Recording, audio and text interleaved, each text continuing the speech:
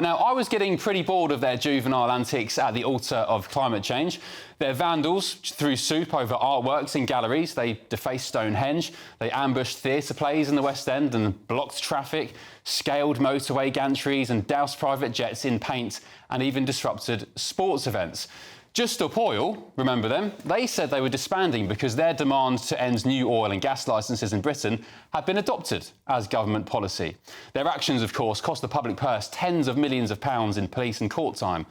Well, despite Ed Miliband bowing to their demands, I can exclusively reveal that Just Stop Oil are plotting a very big comeback regardless. Ben Leo tonight has gained access to secret Just Stop Oil meetings where members have been discussing a big U-turn with plans to cause absolute chaos across Britain by sabotaging Tesla vehicles, picketing petrol stations and arresting so-called climate criminals. Speaking during an online meeting on Thursday night this week, one coordinator, simply known as Dave, said protests should continue being action-based and warned against becoming peaceful activists such as Greenpeace. Right, we had a fantastic breadth of range of people in our group. So I'll read out the main bits that I noticed anyway. There was kind of it seemed like there's a lot of goodwill towards staying action-based, not becoming something more like Greenpeace or anyway doing stuff. Certain targeted things I think were liked very much. Things like Darwin's grave, citizens arrest, things like that, which seems very popular. So the meeting continued with Dave insisting it was very important to keep doing the spicy and naughty stuff in a bid to secure media headlines. It seemed like it was very important that we do the spicy stuff, because if we don't do the spicy stuff, it ends up like Chris Packham recently. He did this thing and he was saying he got no media attention in the broadsheets at all. So effectively, to do protest stuff, you have to do naughty stuff. Then, interestingly, the group discussed how they'd get protest ideas back to who they describe as a core team. There was ideas about how do we get ideas back up to the core team or whatever new thing will be the core team. And there was some frustration around that. Maybe figure out a good format, maybe like a 50-word brief. That's all you can do. So it's easy for the people in the core team to process. It's interesting listening to that. I want to know just who the core team is. Who are these professional protesters reporting to and who's paying them? Chillingly, the group then went on to say they'd carry out citizens' arrests on so-called climate deniers. There will be a conversation going on. We had somebody who was involved in the Citizens Arrest Network. We were all extremely jealous of the stuff that they've been doing then. And also from then, the idea that they got a lot of good media, but they didn't get as much media as they thought they were. If they had managed to arrest bigger fish or maybe be more spicy, that would have made a difference. Well, there was some introspection from the Just Stop Oil group when they questioned whether they needed to be so unpopular with the public. JSO is radical, which is the least worst thing to do, was coming up. It's tricky though as we go along. Sometimes people run out of courage as they're caring for people and they're busy and their lives are going on, things like that. So a reset now and a bit of a rest might be just what's needed, and we can come back now. We had other people as well who were just wondering about, is direct action really needed? Do we really need to be so unpopular with the public? And in our second go around, there was quite a strong feeling that yes, it is needed. It's very much needed. And the meeting came to an end when they concluded how they'd proceed with Just Stop Oil's revival, also talking about keeping protesters in safe houses in a bid to keep up morale. It was just like everyone agreed that we need to carry on with civil disobedience, direct action, and because it's the most effective thing to do. And there's the feeling that the camaraderie of the safe houses was a really good thing to building that kind of community. Right, so what we have here is a group of climate zealots planning and plotting to commit criminal acts, funded by God knows who, and being put up in safe houses like some sort of organised mafia. And talking of organisation, the climate agenda is indeed an organised agenda with big money behind it. Who is paying to bust these protesters from London and Stonehenge to airports and art galleries and sports stadiums? Who's paying them to live in Just Stop Oil safe houses? where groups of scruffy do-gooders make meticulous plans to make Britain colder and poorer. The police and the government should be cracking down on Just Stop Oil's plans for criminality before they're able to get back off the ground again. The last thing Britain needs is more disruption and outright vandalism from eco-loons, especially when the Labour government is already happy to carry on the deranged march to net zero. We'll be passing our findings on to the police. Well, let's get the thoughts now of my panel, the journalist and communications advisor Linda Jubilee, the senior reporter at Guido Fawkes, Ellie Wheatley, and the former Labour special advisor Paul Richards. Good evening, panel. Evening. Welcome along. No Eurovision here, let me tell you that. Good. No breaking out into song. Ellie, let's start with you. Welcome along to the show. Your Bentley Tonight debut, I think, is it? Possibly? I think I was on with you a couple of months ago. Oh, there we go. Well, let's pretend it is. Yeah, we'll pretend. What do you make of this? We infiltrated this meeting. They said they were hanging up their hi-vis. Now they're planning more criminality. Well, they clearly don't understand that not all publicity is good publicity, right? I mean, there's a reason they're so unpopular with these sort of protests, blocking ambulances from going across the road. I mean, in 2023, Met spent £20 million on these sort of protests, and they're not popular anymore.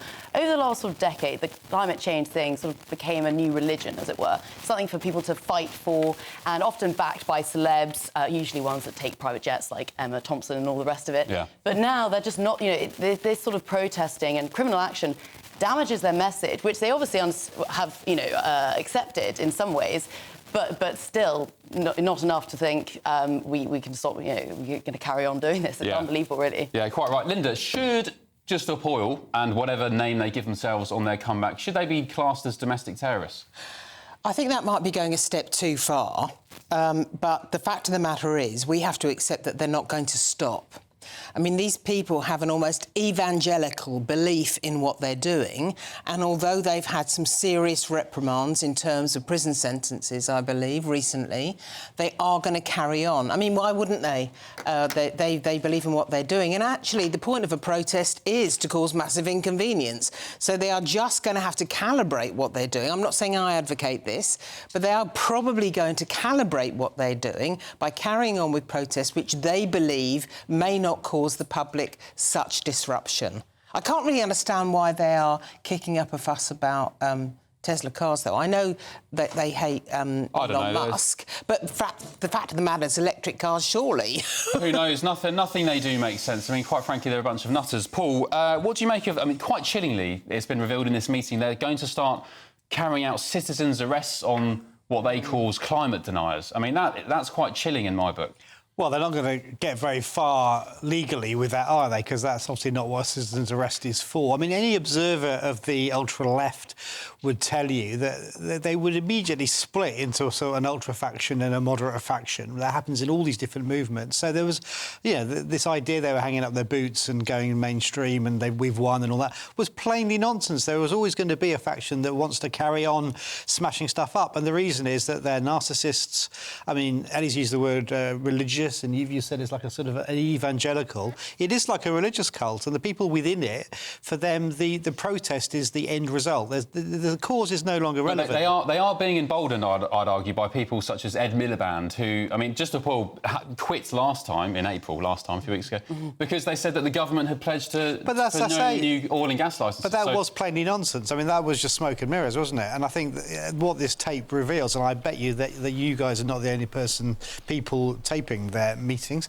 The security services are keeping tabs on them too, because they knew that was... Oh, yeah, I'm sure that's happening. I want my money to be spent on that, if that is the case, because they are disrupting the economy and they do stop people going about their business, and they have nothing to do with the Labour government. The security service would absolutely have to be monitoring this organisation. Absolutely. I don't know. I think they've got their hands full, Ellie, with jihadis and Islamists and whoever else. Well, I mean, I know for a fact that counter-terror teams all across the country are stretched. I'm not sure Just Stop Oil will probably take a list of priorities. No, I think they do, actually, because, whenever there are protests in all forms, you do see the police out on the street making sure there's not a huge amount of disruption. But when they so-called hung up their hi-vis a couple of weeks ago, they did mention the fact that they wanted their protesters to stop getting arrested. So effectively the measures that the Tories brought in sort of helped prevent these sort of protests. But I think you're totally right that there's always a spectrum within these groups. You have the extremists and you have the less extreme, and I think those extremists will carry on regardless. But I think it's not just counter-terrorism, it's also intelligence.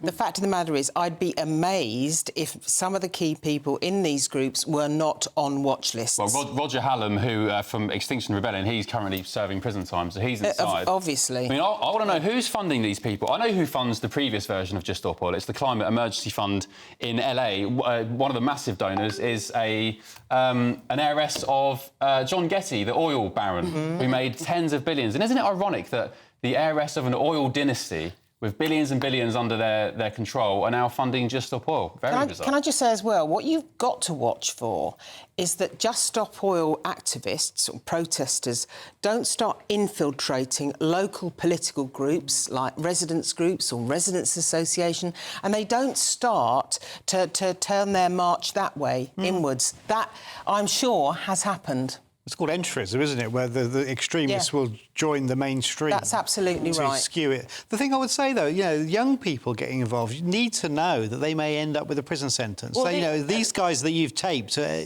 seducing young people into this kind of activity. That young girl who threw soup over the Van Gogh painting, she got to... Nicely timed. I think one of them got 20 months, the other one got 2 years. I mean, that is tragic, really, isn't it? It is. But, hilariously, YouGov did a poll amongst those people who thought that the government wasn't doing enough to fight climate change, and 58% agreed that they should have those sort of sentences, and a quarter of them thought that actually the judge was too lenient. So, they are not... It's a young life ruined, though, isn't it? Yeah, who has persuaded that person to do that? And, when you're young, you are very malleable and easy influence. So There was a poll in 2022, a YouGov poll, showing that 58% of UK adults supported Just Stop Oil and their bid to stop new oil and gas. I mean, it was 3 years ago. Yeah, I guarantee... I don't believe Not anymore, I guarantee you in the area where I live, Just Stop Oil certainly has a component in some organisations and some associations. I absolutely guarantee you. Ellie, you also mentioned that the police spent, was it 20 million on these protests? Yeah. Well, yes. I'd argue they were there to protect Just Stop Oil, not to police the criminality and the disruption that Just Stop Oil were carrying out. I mean, how many times have we seen drivers who are completely annoyed at the road being blocked getting penalised and arrested for getting irate at people sitting in the road? The police were there to help Just Stop Oil. Well, I don't know if they were there to help Just Stop Oil, but they're obviously there to make sure that no violence broke out. And again, I really do think that since 2022 and 23, the sentiment has changed. They are not... so popular that people they're saying now that actually people blocking roads and stopping people from going to hospitals via ambulances is not terrible. on, and it's terrible. And so they are these sort of protests are damaging their message, and they have done so. Well, look, we infiltrated that meeting this week. We're going to be passing on the recordings to the authorities because, as far as I'm concerned, they're just plotting criminality. And if it was anybody else, if it was somebody planning to or plotting to, I don't know, do a cannabis grow or sell drugs or, I don't know, anything, then they'd be nicked for it, quite rightly, for conspiracy. So why are eco-protesters and campaigners immune? In March, when Just Stop Oil, or the end of April, March time, announced they were stepping down, they released a statement outside, I think it was Parliament. Supporters of the group announced that after 3 years of disruptive protests, they would be ending their campaign. The group's Hannah Hunt, whose speech on Valentine's Day 2022 marks the beginning of the campaign, made an announcement outside Downing Street. She said, 3 years after bursting on the scene in a blaze of orange, at the end of April, the Just Stop Oil campaign will be hanging up the hi-vis. Just Stop Oil's demand to end new oil and gas is now government policy, making us one of the most successful civil resistance campaigns in recent history. GB News did contact Just Stop Oil tonight, and we are awaiting a response.